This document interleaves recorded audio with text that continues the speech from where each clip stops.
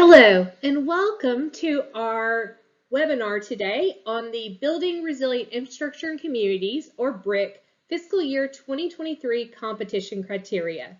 My name is Camille Crane and I am the National Program Manager for the BRIC program. And I'm happy to be here with a couple of staff today to talk you through our competition criteria to support our FY23 program. So with that, let's get started. So what we're going to be doing over the course of this webinar is first, I will start and offer you some background about the BRIC program, as well as some key information regarding the amount of funding availability and some overall changes in the program. I'm then going to turn it over to Rafael Canizares. He is one of our engineers in the BRIC program, where he is going to lead you through the technical evaluation criteria. And then he's going to hand it over to one of our program analysts, Woody Jones, who's going to walk you through the qualitative criteria. So I always like to start with every year with when we talk about our BRIC program, what are our priorities for the year? Because our competition criteria, as Rafa and Woody walk you through them, should clearly show that these are our priorities. So our priorities for FY23 look a lot like our priorities for FY22. So they deal with, or kind of speak to, that we are incentivizing natural hazard risk reduction activities that mitigate multi-hazard risks to public infrastructure in disadvantaged communities, as referenced in Executive Order 14008. We want to incorporate nature-based solutions, including those that are designed to reduce carbon emissions. We want to enhance climate resilience and adaptation. And we want to increase funding to applicants that facilitate the adoption and enforcement of the newest editions of building codes. And of course, the more a project meets multiple of these priorities, the more points it's most likely going to score in our national competition. So before we start talking about that competition criteria, I want to just give you some baselines about how much money is available for our FY23 BRIC program. So across all of our components of our program, we have $1 billion available. And that breaks down in a few different ways. Starting with, we have a state and territory allocation. That is up to $2 million per state and territory, or $112 million total. This is for all 50 states, the District of Columbia, and the U.S. territories. This can include a combination of what we call as capacity and capability building project types, such as mitigation planning, project scoping, partnerships, and building codes, as well as mitigation projects. We do have a couple of pieces in there of criteria. One, we are looking at $400,000 should be spent in benefiting a community disaster resilience zone, and at least 1.5 million should be spent on these CNCB activities. Secondly, there is the tribal set-aside. So federally recognized tribes are eligible applicants to the BRIC program, but because they cannot, or they do not have access to a state and territory allocation, we have set aside $50 million, so this is the same amount as last year, for federally recognized tribes. They can each apply for up to $2 million for CNCB activities. So once again, that's mitigation planning, partnerships, project scoping, and building codes. And of that $2 million, no more than $1 million should be spent on mitigation planning. Another component is, this is new for 2023, and this is, if you want to think about it, kind of a second allocation or tribal set-aside, and it's a dedicated funding source for building codes, what we call the building codes plus up. So basically, it's another $112 million set aside for just building code work for states and territories. So that is at $2 million per applicant. And then another $25 million set aside for federally recognized tribes. So this funding is dedicated to building codes. It can be, when I talked in the previous slide about the state and territory allocation, and I talked about the $400,000 for CEDARS designations and the $1.5 million needing to be spent on CNCB. This could also be covered by using funding out of the building codes plus up. If for any reason a state, territory, or the tribal nations do not apply for their max for the building code plus up, those dollars cannot be used for another purpose. The balance of the funds of the $1 billion available for FY23 will be put into a national competition. That is estimated right now to be around $701 million. Each applicant, so state, territory, tribe, can apply for an unlimited number of sub-applications. So there's no cap on the number of sub-applications each applicant can submit. And each of those sub-applications can be valued at up to $50 million federal share apiece. The rest of our program today is actually, so this rest of this webinar is going to be talking about the competition criteria for this national competition. So the competition criteria that Rafa and Woody are going to walk you through is not used for the state and territory allocations, the tribal set-aside, or the building code plus up. It is only used for our national competition. As a reminder, we like to have this in all of our webinars. We have a lot of interest in the BRIC program, which we are very grateful for, but we want to make sure that everyone understands who can actually apply to the BRIC program. So the people that are, or the organizations that are applicants, those that apply directly to the BRIC program, include all 50 states, the U.S. territories, federally recognized tribes, and the District of Columbia. The entities that can apply as sub-applicants, meaning they then send like a project application to an applicant who then includes it in their application to FEMA, include local governments, tribal governments, state agencies, and tribal agencies. So for example, a city may complete a project application or sub-application, I should say. They would then submit that sub-application to a state. The state then, if they wanted to support that sub-application, they would then attach that sub-application to their application that then would get sent to FEMA. Before I hand it over to the team to walk you through the full competition criteria, I wanted to give you just a few highlights of our competition criteria and the changes that we had for fiscal year 2023. So first, our competition criteria, the total across both the technical criteria and the qualitative criteria, is back to 200 points. So we had gone up to 230 last year. We weighted it back down to an even 200 points. That is 100 points for the technical criteria that Rafa is going to lead you through, and 100 points for the qualitative criteria that Woody is going to lead you through. In our technical criteria, we reduced it from, we had 7 last year, that is down to 5, and the points have been adjusted across those 5. We've added points particularly for local code adoption. We've done a lot of changes actually to how we look at building codes and the technical criteria that Rafa is going to walk you through. With the Community Disaster Resilience Zone or CDRZs coming into being, both through law and through implementation, we've added designations for these communities or these zones into our competition criteria, as well as the Community Climate and Economic Justice Screening Tool, or CJEST. And those have actually removed the CDC SBI pieces from the program. I also should note why it's not a competition criteria piece with the designation of the CDRZs or CEDARs.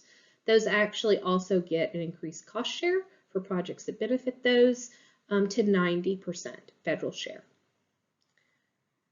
So with that, I am going to turn it over to Rafa Canizares, who is going to lead us through the technical criteria for the competition criteria for the BRIC program for FY23. So Rafa, over to you. Thank you very much, Camille.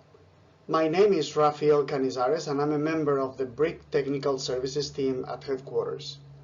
Sub-applications that are submitted to the national competition that pass the eligibility and completeness programmatic review will be scored with technical evaluation criteria and may be scored, if applicable, with qualitative evaluation criteria. FEMA is committed to scoring all submissions with the technical criteria scoring.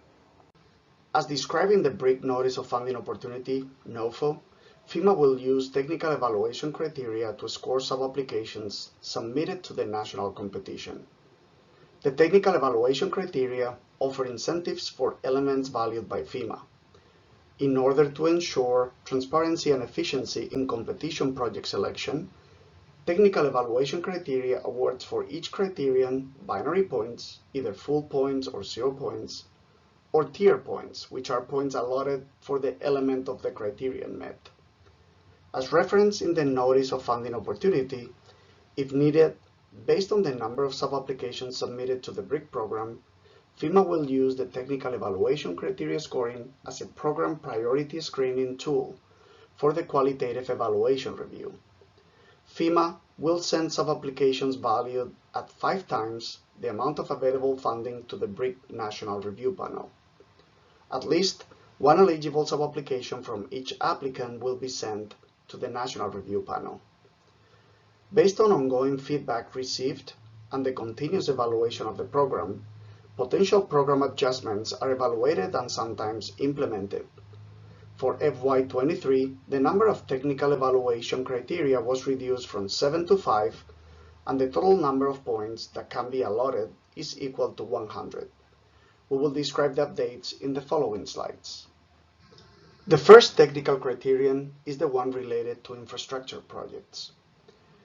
In the BRIC program, infrastructure is defined as critical physical structures, facilities, and systems that provide support to a community, its population, and its economy. In this context, critical can be defined by your own community, and it could be anything that is important to the function of your community.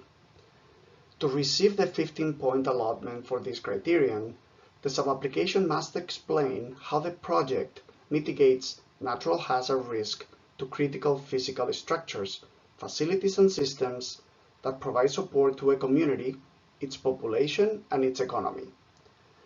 Please note that purely residential properties do not receive infrastructure points. This is a list of typical critical infrastructure projects that were part of previous BRIC sub-applications. As previously mentioned, some infrastructure could be critical for some communities but not to others. Note that the NOFO explicitly include natural systems as infrastructure. In fiscal year 22, 100% of selected projects receive infrastructure points, and about 99% of eligible sub-applications receive these points. BRIC has prioritized nature-based solutions in all 3 years. You can find additional information from previous cycles in recorded webinars such as BRIC's Nature-Based Solutions, Climate Change and Future Conditions webinar. Nature-based solutions, including those designed to reduce carbon emissions, are sustainable planning, design, environmental management, and engineering practices that weave natural features or processes into the built environment to promote adaptation and resilience.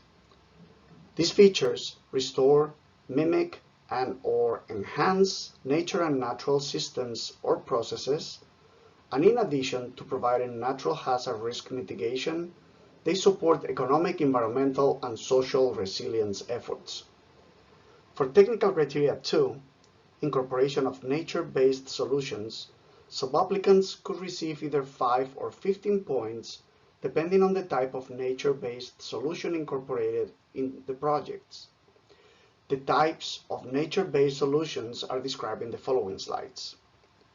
To receive the point allotment for this criterion, the sub-application must describe how the project incorporates one or more nature-based solutions. Applicants or sub-applicants, as appropriate, should include a description and documentation of how the project incorporates a nature-based solution in the scope of work section and cost effectiveness section of FEMA Go. Documentation can include stamped and sealed reports, design documents, technical drawings, surveys, and studies, project site maps, historical data, etc. In fiscal year 22, 52% of selected sub-applications received nature-based solution points, and about 30% of the submitted sub-application receive these points. As previously mentioned, for the fiscal year 23 technical evaluation criteria, the points obtained in technical criterion 2 will depend on the type of nature-based solution implemented in the project. The Hazard Mitigation Assistance Program and Policy Guide of 2023 dedicates Part 12 Mitigation Projects, Section A, to nature-based solutions and describe in Section A1 the types of nature-based solutions normally applied in mitigation projects. For example, the three types are watershed or landscape scale. These approaches consist of interconnected systems of natural areas and open space. Coastal areas, specific of coastal resilience. These approaches are nature-based solutions that stabilize or protect the shoreline, reducing erosion and buffering the coast from storm impacts. Neighborhood or site scale. These smaller approaches are adapted to provide localized, site-specific mitigation within the existing built environment. Sub-applicants should describe in the documentation provided the scale of their nature-based solution. To receive the full point allotment, 15 points, for incorporating nature-based solutions, the sub-applicant and/or the community where the project is located must include watershed or landscape scale nature-based solutions, including those that support coastal resilience. This slide shows some examples of watershed or landscape scale nature-based solutions that are described in the Building Community Resilience with Nature-Based Solutions document, Strategies for Success and Guide for Local Communities. To receive partial points, 5 points, for incorporating nature-based solutions, the sub-applicant and/or the community where the project is located must include a neighborhood or site scale nature-based solution. Here are some examples of neighborhood scale nature-based solution from the same document, Building Community Resilience with Nature-Based Solutions, Strategies for Success and Guide for Local Communities. Note that some of these solutions that are typical on a site scale could be implemented at a larger scale as well. More information on nature-based solutions can be found on multiple resources that are listed in the project support materials. It is important to mention that nature-based solutions is a significant priority for the White House, as we see other federal agencies considering in their programs, including the Army Corps of Engineers, NOAA, the Environmental Protection Agency, and the Department of Defense. Technical Criterion 3 has the main objective of evaluating the sub-applicant status regarding building code adoption and building code enforcement. Evaluation is done in 2 steps.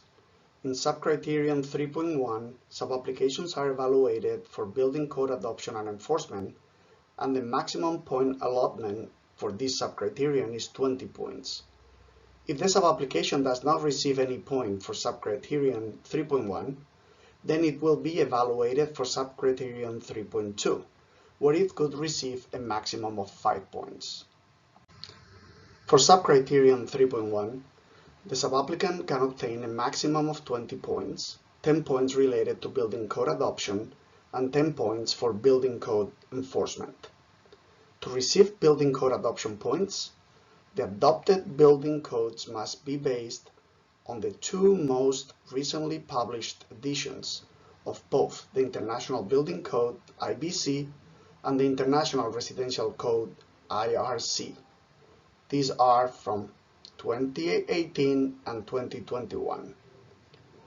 The sub-application will receive 5 points if the community where the project will be developed has locally adopted building codes. FEMA will evaluate the local adoption status by reviewing the addition of the locally adopted codes in the community's Building Code Effectiveness Grading Schedule, BSEX, evaluation. If the community has adopted more recent building codes than those reflected in their BSEX evaluation, or they do not have a BSEX evaluation, In order to receive the 5-point allotment for local building code adoption, they must attach in FEMA Go a copy of the ordinance showing the latest building code adoption by the community, or provide the link to where their ordinance can be found online. The sub-application will receive an additional 5 points if the locally adopted building codes by the community are based on the applicant's mandatory state, tribal, territory-wide adoption of building codes. If a federally recognized tribal government has not adopted the code as listed above, the tribe must demonstrate alternative compliance with IBC and IRC 2018 and 2021 versions, or be covered under another jurisdiction, state or territory, code adoption status to receive the point allotment. In fiscal year 22, 55% of selected sub-applications received points for statewide adoption of one of the latest 2 editions of the codes, 2018 and 2021. About 50% of sub-applications scored received these points. Building code enforcement will be evaluated using the Building Code Effectiveness Grading Schedule, BCEGS, which is an independent assessment of a community's building code adoption and enforcement activities. To receive the 10-point allotment for local building code enforcement, a sub-applicant must have a BCEGS rating between 1 and 5 when the application is submitted. This requirement can be met by either their commercial or residential rating. Sub-applicants at the state or territory level may submit documentation verified by ISO that provides more updated information on their BCEGS rating if applicable. BCEGS scores for tribal applicants and sub-applicants are required but can be dependent on the relationship between the local municipality and the tribal entity that determines how building code requirements are managed. If a sub-applicant does not have a BCEGS score, a survey to obtain one can be requested. BCEGS surveys are provided at no cost, do not negatively impact credit rating, and can take 2 to 4 months to complete. Communities intending to apply for BRIC funding are encouraged to initiate the process as soon as possible. To request a BCEGS survey, please refer to the submission instructions referenced on the ISO mitigation website. Bureau states have their own insurance rating organization that is not part of ISO. To receive the point allotment for this criterion, a sub-applicant at the state or territory level for the 5 bureau states must provide a state-verified BCEGS score at the state level.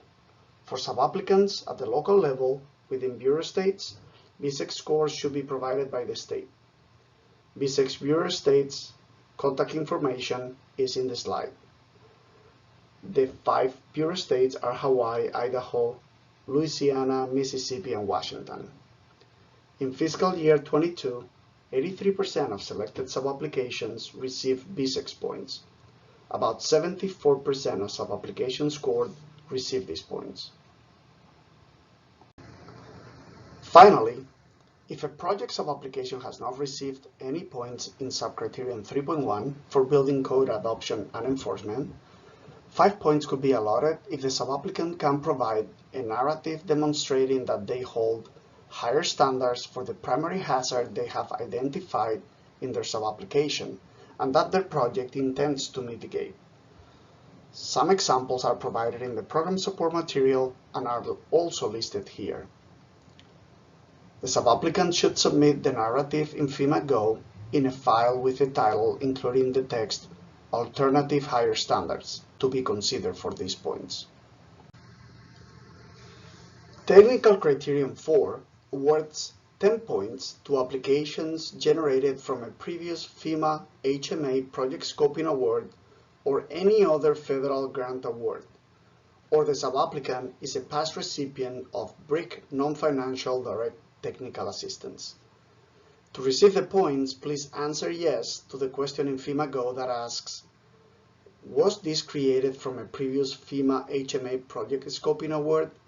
And attach a PDF of the award letter to the application and provide the name of the attached file in the free text field that asks, if yes, please provide the project identifier. The sub-application must provide documentation to support this criterion. HMA project scoping provides applicants and sub-applicants with resources to develop mitigation strategies and obtain data to prioritize, select and develop complete applications in a timely manner that result in either an improvement in the capability to identify appropriate mitigation projects or in the development of an application-ready mitigation project for BRIC or another funding opportunity. FEMA HMA grants that are not project scoping or advanced assistance awards do not qualify for this point allotment. In fiscal year 22, only 5% of sub-application scores received points, and 9% of the selected sub-applications obtained these 10 points. Technical Criterion 5 evaluates the designation of a community as disadvantaged, including economically disadvantaged rural communities and federally recognized tribal governments, or a sub-application that primarily benefits a community disaster resilience zone.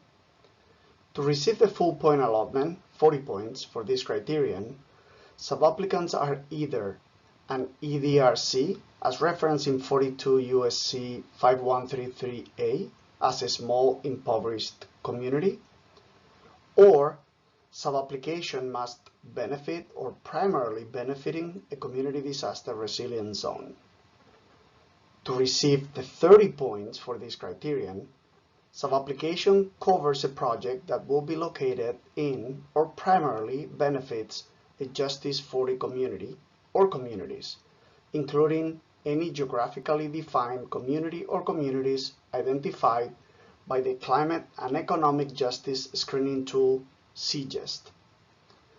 In fiscal year 22, 65% of selected sub-applications received points qualifying as EDRC or disadvantaged community. About 45% of sub-apps score received these points. An EDRC is a community of 3,000 or fewer individuals as identified and validated by the applicant in the project sub-application. That is economically disadvantaged, meaning that residents have an average per capita annual income that does not exceed 80% of the national per capita income, based on the best available data. A state, territory, or federally recognized tribal government serving as a sub-applicant must document the EDRC status of the community in which the project is planned to receive the point allotment for this criterion. Population information can be referenced through the U.S. Census, American Community Survey ACS website. Per capita income can be found after inputting a location into the Explore Census data search. Then under the per capita income by race and Hispanic or Latino origin, total population, and mean income in dollars column. Supporting documentation for population and per capita income should include an exported U.S. Census Bureau ACS data report in PDF format indicating the most recent information. Sub-applicants should include documentation of their status as an EDRC in the budget section in FEMA Go and attach required supporting documentation. The definition of a community disaster resilience zone is based on the Community Disaster Resilience Zones Act, which prioritizes resilience efforts in vulnerable communities. FEMA designates community disaster resilience zones in each state based on the highest individual hazard risk ratings in disadvantaged communities, most at risk to natural hazards. CDRCs are defined at the census tract level. At least 50% or more of the project benefiting population have to be located in a community disaster resilience zones to receive the points. Finally, to determine if a project benefits or primarily benefits Justice 40 tracts or community disaster resilience zone tracts, sub-applicants should submit a map and associated geospatial files, for example, shapefiles, KML, KMZ, geodatabase, or other GIS-enabled documents or files, delineating the estimated area benefiting from the project, as described in this job aid. New geospatial file eligibility criteria in flood mitigation grant applications. If the proposed benefiting area map is not provided or is not available, FEMA will use the subapplicant jurisdictions listed in the community section of FEMA Go to make Justice 40, CDRCs, and EDRC determinations. Thank you. Good afternoon, everyone. I'm Woody Jones, and I'm a member of the BRIC Program Design and Review team at headquarters. I wanted to begin by making a plug for the FY23 BRIC National Review panels. Serving on the panels is a great way to build your capacity and capability with the BRIC program. Panelists review sub-applications and assign scores based on the qualitative criteria. Panelists review sub-applications with a mix of individuals from different government levels, agencies, and experience. I highly suggest looking into serving as a panelist around January. Be sure to check out our BRIC website for more information on participating. Next, we will go over how a sub-application will be scored on the qualitative criteria. Information will be presented to both guide applicants and sub-applicants in the development of their sub-applications. As described in the BRIC Notice of Funding Opportunity, FEMA will convene a national review panel to score sub-applications submitted to the national competition based on a qualitative review. FEMA will send sub-applications valued at 5 times the amount of available funding and all sub-applications for projects within or primarily benefiting community disaster resilient zones to the BRIC National Review panel. At least one eligible sub-application from each applicant will be sent to the National Review panel. FEMA developed the qualitative evaluation criteria based upon comments received through stakeholder engagement efforts and in alignment with program priorities. The technical evaluation criteria offer incentives for elements valued by FEMA, and the points received are mostly binary. Qualitative criteria give sub-applicants the opportunity to showcase project strengths, incentivize program priorities, and provide a mechanism for selection of projects if funding requested exceeds the available funding. Qualitative criteria offers the applicant and the sub-applicant the ability to describe in narrative form how the sub-application speaks to the 6 established criteria. Be sure to check out the BRIC program support material for the qualitative evaluation criteria. This resource can be found on the BRIC website and will be included as an attachment under the downloads for this webinar. This is provided to panelists when they review and score sub-applications, and it was developed to assist when you are developing your sub-applications. Now we will discuss the criteria that sub-applicants will be scored on. The listed 6 qualitative criteria equal 100 total possible points. Qualitative criteria will be scored on a scale, and the score will be dependent on how clearly and to what detail the sub-application speaks to each of the criteria. This slide shows the listed criteria and the max available points for each. Sub-applications will need to showcase how they are speaking to each of the 6 criteria you see at the top of the screen, and in the coming slides, I will speak to each criteria. Below the criteria, you will see the scoring options that the criteria will be scored. Depending on the number of points available for the criteria, the scoring option will determine the number of points the criteria will receive. A score of entirely would get the full number of points. A score of not at all would get 0 points. The National Review panel will apply the scoring options listed in the table to all criteria. The PSM outlines the specific number of points for each based on the scoring option. In the next slides, I'm going to dive into each of the 6 criteria. It's important to remember that just answering the criteria does not mean you will be scored high. You need to fully explain how the criteria is being met. FEMA devised a series of scoring prompts in the program support material to serve as helpful starting points. These prompts are designed to clarify terms and provide guiding questions to consider as you write your sub-application. In addition, I looked at feedback from our National Review panelists, and I compiled overall strengths and areas of improvement for each criteria as an added resource while you're working to develop your sub-applications for submittal. The first criteria we have is risk reduction and resilience effectiveness. There are 30 possible points to receive here. FEMA defines resilience as the ability to prepare for anticipated hazards, adapt to changing conditions, and withstand and recover rapidly from disruption. The score received will depend on how well the sub-application details effective risk reduction, effective increase in community resilience, the provision of ancillary benefits, and the leveraging of innovation. Within the scope of work, there is a question that asks, will the project address the hazards identified, and what risk will remain from all hazards after project implementation? Prompts to consider when speaking to this criteria: the sub-application should detail how the project will reduce risk. The detail should identify the risk being reduced and state what action will reduce the identified risk. Detail how the project will increase resilience. How does the project leverage or demonstrate innovation for the community? What ancillary benefits will the project provide and how? Ancillary benefits could also address climate-related benefits. Very significant ancillary benefits can be achieved by the project if it considers the use of low-carbon materials or the project is developed as a low-carbon or net-zero energy project. FEMA encourages the use of environmentally friendly construction practices when completing BRIC hazard mitigation projects. Subrecipients should ensure that federally funded infrastructure investments reduce life cycle emissions of construction materials, specifically concrete, asphalt, and steel. Now let's talk about this criteria and some common themes we saw in panelist feedback. Strengths that are seen for this criteria in high-scoring sub-applications typically have the comments of, the narrative is easy to read and provides a visual. All the criteria ties together to build your scope of work.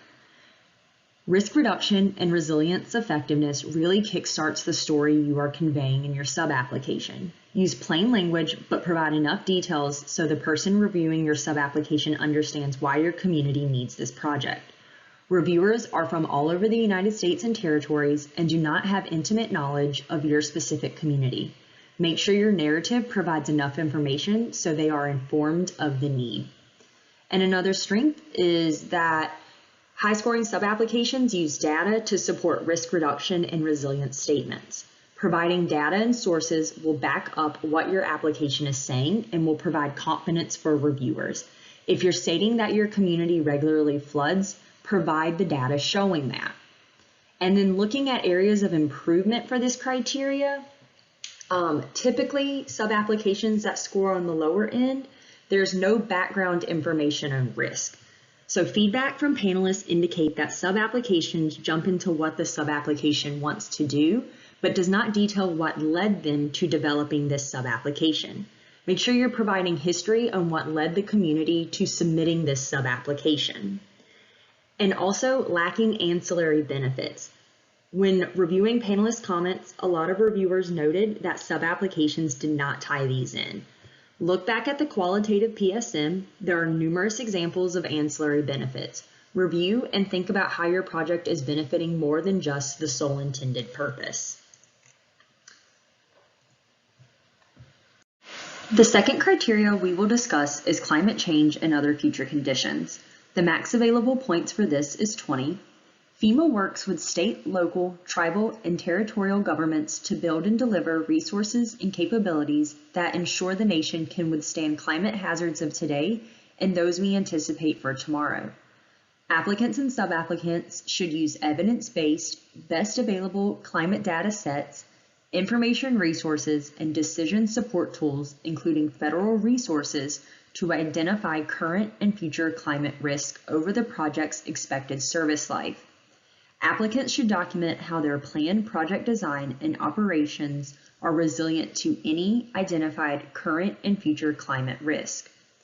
The score received will depend on how well the sub-application details how the project will enhance climate adaptation, respond to the effects of climate change, respond to the effects of other future conditions, and cite data sources, assumptions, and models.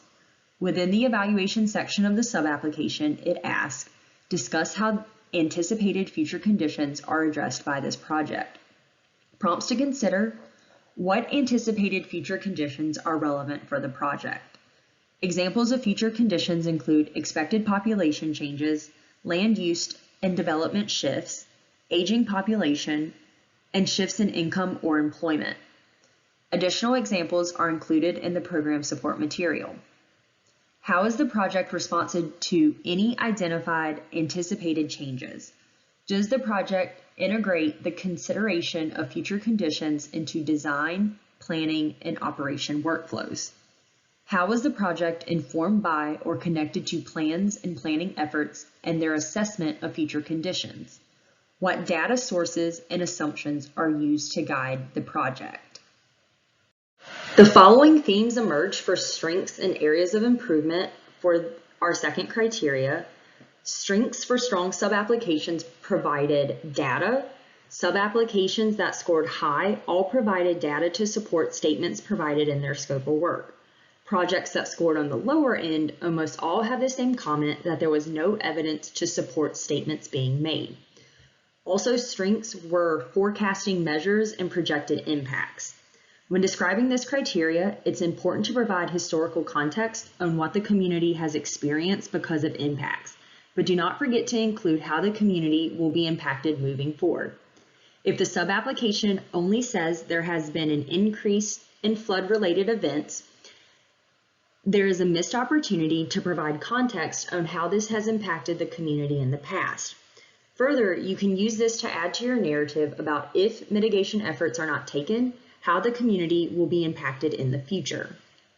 And then areas of improvement when speaking to climate change and other future conditions.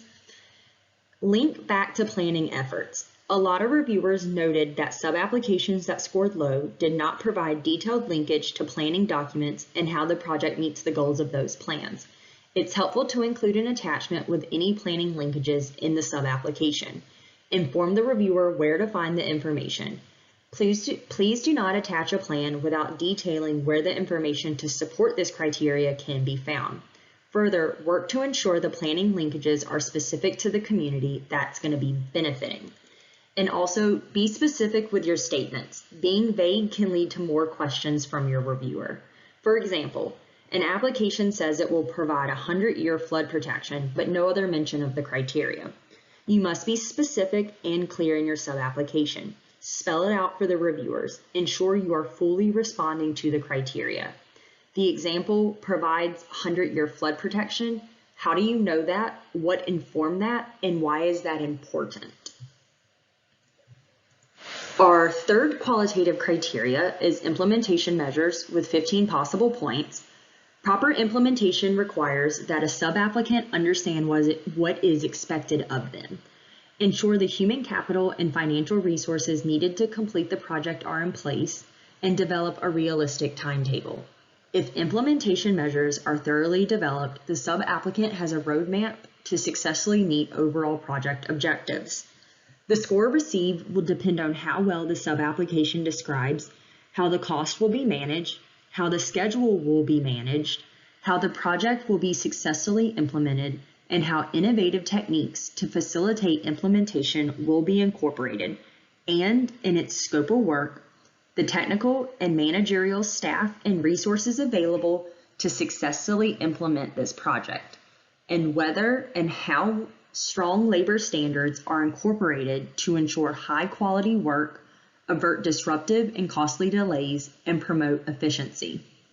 Within the scope of work, there is a question that asks, how will the mitigation activity be implemented, and who will manage and complete the mitigation activity? Additional prompts that you can consider are strong labor standards incorporated. For example, the use of project labor agreements requiring workers to be paid wages at or above the prevailing rate. Does the sub-application inspire confidence that the project can be completed as designed? What potential implementation challenges are identified and what solutions are proposed? Are the proposed project cost and schedule realistic? What pre- and post-implementation monitoring strategies are proposed? What staff and resources are available to implement the project? And are examples of successfully completed projects included to demonstrate effective implementation measures? Reviewing panelists' feedback when scoring this criteria, the following themes emerged for strengths and areas of improvement. For strengths, identify all staff roles and how will the labor force be used? Who is doing what? Even if you are a one-person office, you can demonstrate strong implementation if you fully detail what you will be doing for this project. If you are going to hire a contractor or use partners in the project, list out each thing that they are going to be responsible for. Another strength is showing demonstrations of past success, as well as identifying gaps and solutions. These two items both came up a lot in panelist feedback.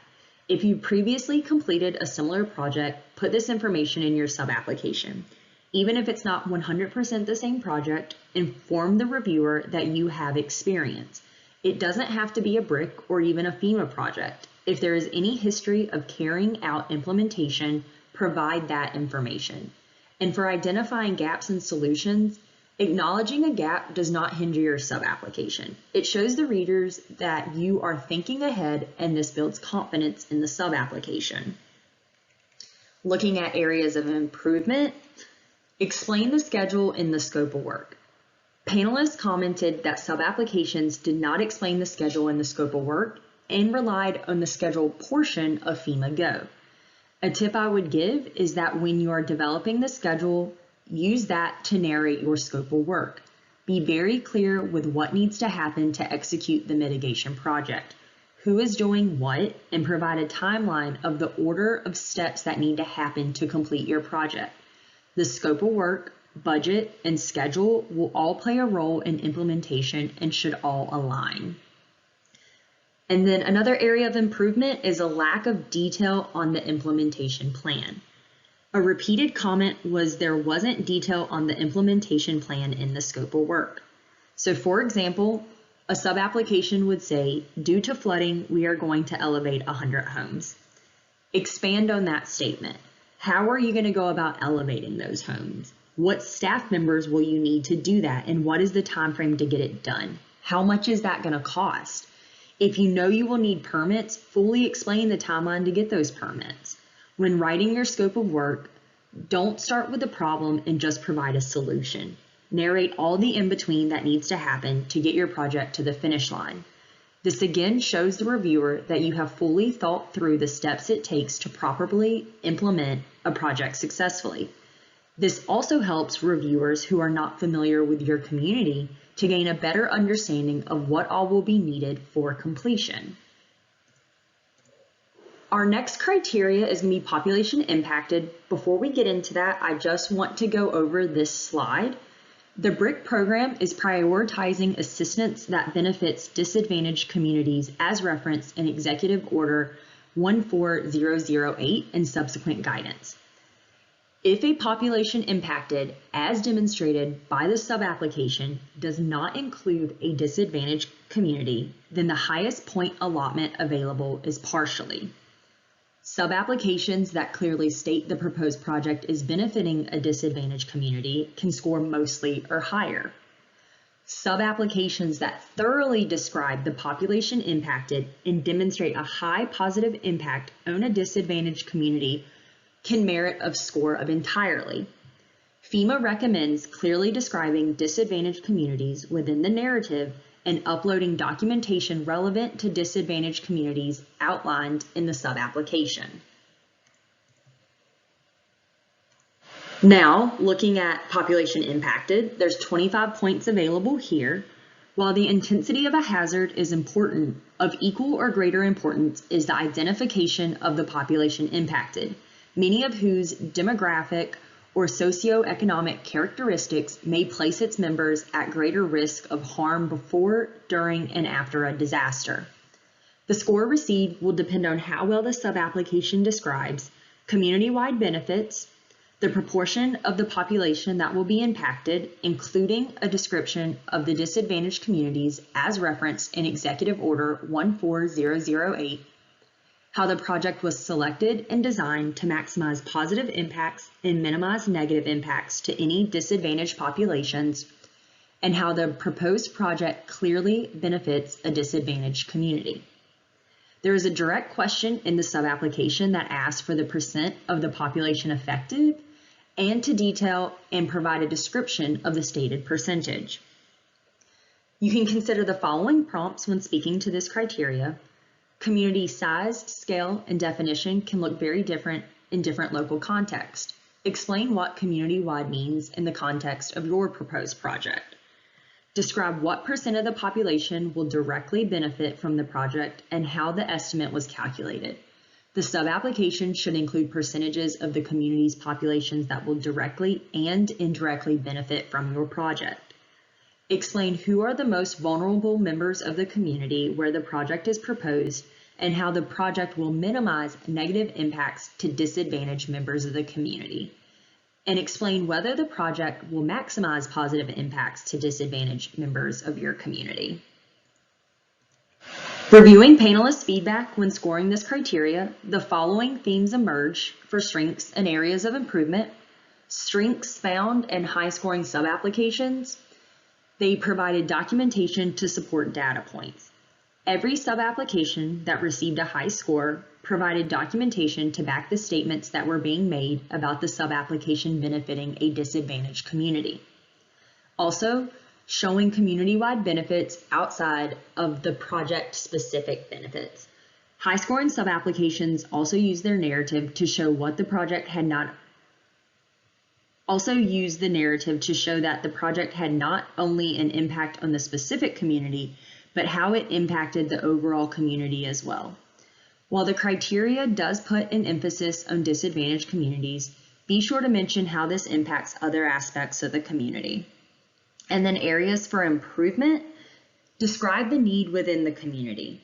Show how the project will maximize positive impacts. For example, simply stating that the sub-application has impacted the community is not enough to warrant a high score. Use your narrative to explain how the project will best support the community in the future. Why is this project needed in your community? How is this project positively benefiting the community? And how was this project selected? And another area for improvement is talking broadly. Another reminder to be specific and provide details. An example panelist comment received for this criteria said, the sub-application only includes general statements about an impact to 1,900 residents. There was no real discussion of social vulnerability, no demographic data to support the project. The application indicates that 100% of the community will benefit, but does not describe the makeup of that community and any disadvantaged populations present. Remember the 5 W's of writing a detailed scope of work, and apply this to each of your criteria. Who is being impacted? What is being impacted? Where is the impact area? When are they being impacted? And what is causing the impact? Moving to our next criteria, we have community engagement and other outreach activities. This criteria can earn you 5 points. A key element in the hazard mitigation process is the discussion it promotes among community members about creating a safer, more disaster-resilient community. Community engagement and other outreach activities that capture a community's values and priorities are likely to result in a project having greater legitimacy and support, leading to greater success and implementation. The score received will depend upon how well the sub-application describes the outreach strategy and supporting activities that advance hazard mitigation, the types of community planning processes leveraged, how input from a diverse range of stakeholders, including people from disadvantaged communities, was gathered and incorporated into project conception and design, and how community planning and stakeholder input will continue to be used to help direct project execution. Information regarding community engagement and other outreach activities should be included in the scope of work section within your sub-application. Prompts you can consider: to what extent did stakeholders contribute to this project? What collaboration activities occurred? What information regarding outreach has been included? And how was the community made aware of this potential project? What planning processes were leveraged during the development of this project proposal to advance mitigation? How did the planning process ensure that disadvantaged in the community were involved in the planning and decision-making process? What information will be shared with the public? What public outreach and engagement strategies will be used to disseminate project information to and gather feedback from stakeholders in the community? What support or conflicts emerged through the project planning process, and how are those conflicts going to be resolved? And what are the connections between your hazard mitigation plan and local land use requirements, and how does this linkage make your community more resilient? Reviewing panelists' feedback when scoring this criteria, the following themes emerged. Strengths seen in high-scoring sub-applications outline pre- and post-outreach. Sub-applications should not be developed in a closed room. Invite all members in the community that the project will impact to the table for their awareness and to capture feedback. Provide a narrative on the legwork that has been done prior to implementation of the project. Be sure to outline outreach to the community as the project is being executed. And once the project is completed, include letters of support, interviews, public open houses, and any posted information on social media or the web. Ongoing awareness can be through a project website, regular public board briefings, and other community activities. Another strength is tying the project to plan linkages. A reoccurring theme in sub-applications that scored high was the linkage of the proposed project to planning efforts. In your narrative, show a clear demonstration of how your project achieves the goals from your local hazard mitigation plan or any planning efforts happening within the community. If you are unsure about the connection between your proposed project and the local hazard mitigation plan, this would be a great time to connect with those who developed the plan to gain a better understanding and strengthen your sub-application. Befriend the planners within your community. The planning linkages can further illustrate the need for the project within your community. Areas for improvement to consider with this criteria: informing the community. Like the strength comment, but you need to make sure you are informing the community about the proposed project. How is the outreach taking place? Do not just high-level talk about outreach, but what specifically was done within the community that is being impacted. What do residents think of the project? What concerns do they have? What information is being shared with the public? What benefits can community members expect from the completion of the project? And how can they get involved in future projects to support resiliency? And another area for improvement is supporting documentation. Supporting documentation is a theme in this criteria, and I'm sure at this point in the webinar, you've noticed how important it is for all criteria and how a lack of supporting documentation results in lower scores. Supporting documentation backs the statements that are being made within your sub-application. Example documentation for community engagement and outreach activities include meeting notes from a town hall or a city planning meeting, check-in lists from meetings or events held, example flyers that were handed out to raise awareness, and posts from any social media marketing. And with that, let's move to our final criteria. The sixth and final qualitative criteria is leveraging partners with 5 possible points. Leveraging partners allows sub-applicants to access complementary strengths from neighboring communities, states, and the federal government, and nonprofit and private partners. This potentially helps the sub-applicant from a cost basis and serves the local community's greater good. Leveraging may come from funds or provision of in-kind service by the partner. The score received will depend upon how well the sub-application incorporates partnerships that will ensure the project meets community needs, an explanation of how these partnerships benefit disadvantaged communities, and an explanation on the anticipated outcome of those partnerships. Under the partnerships criteria, partnerships may include innovative workforce development programs that ensure these programs are part of creating better jobs in the communities served.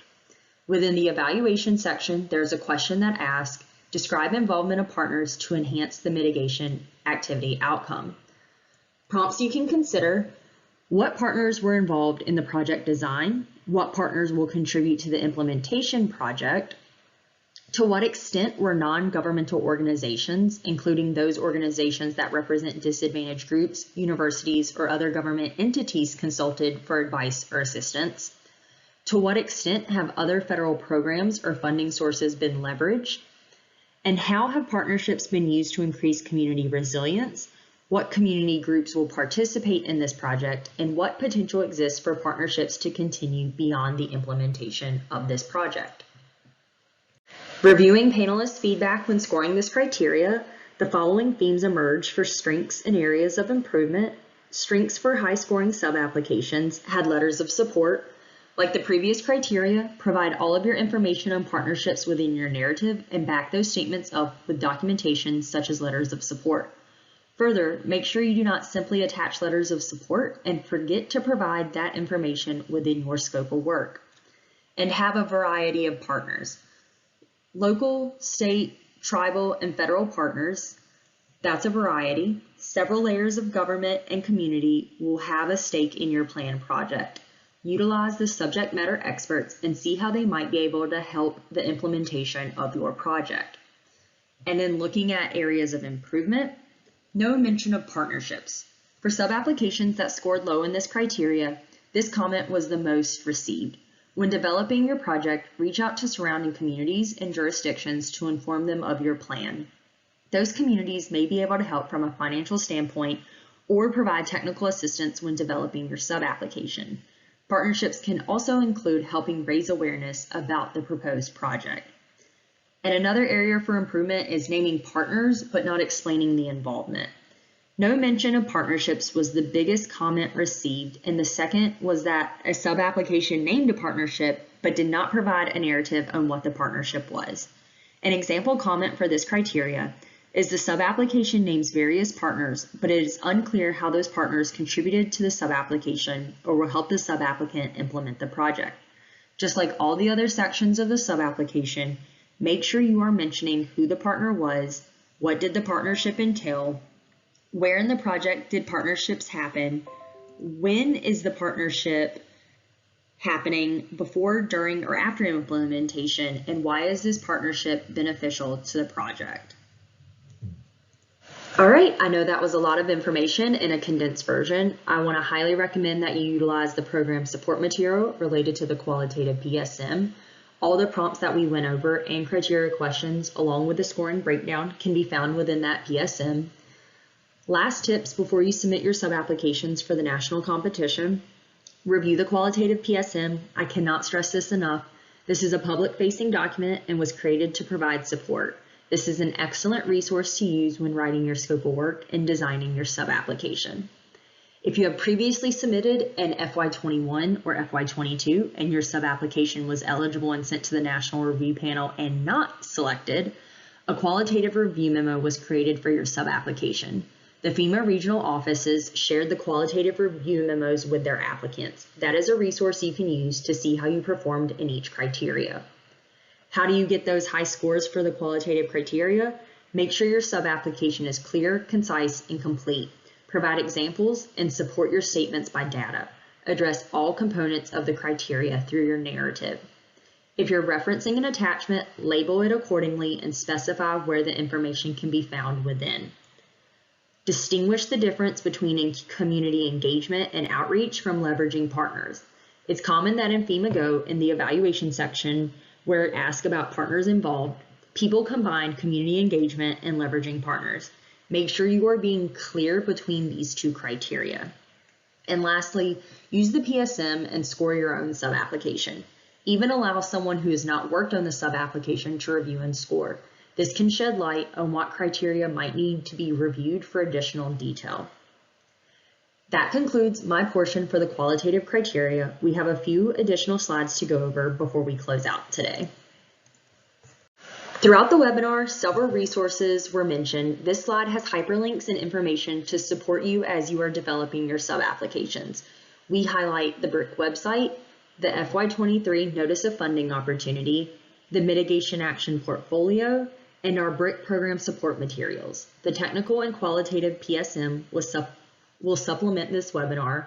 We have 7 additional PSMs available to support you as well for various activities and information. General questions about the BRIC program can be directed to the appropriate state hazard mitigation officer or your regional office.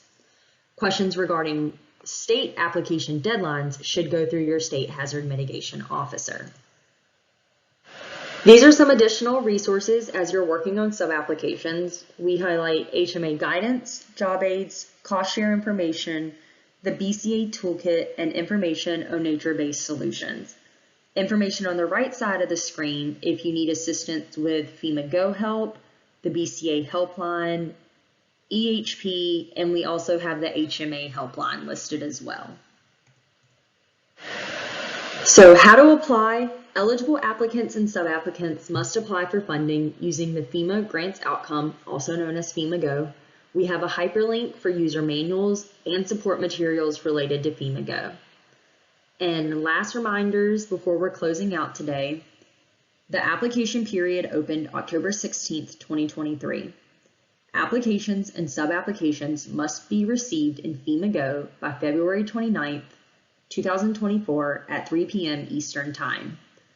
Applicants experiencing technical problems outside of their control must notify FEMA by 3 p.m. Eastern on February 27th, 2023. Thank you for joining us for the FY23 BRIC Competition Criteria webinar.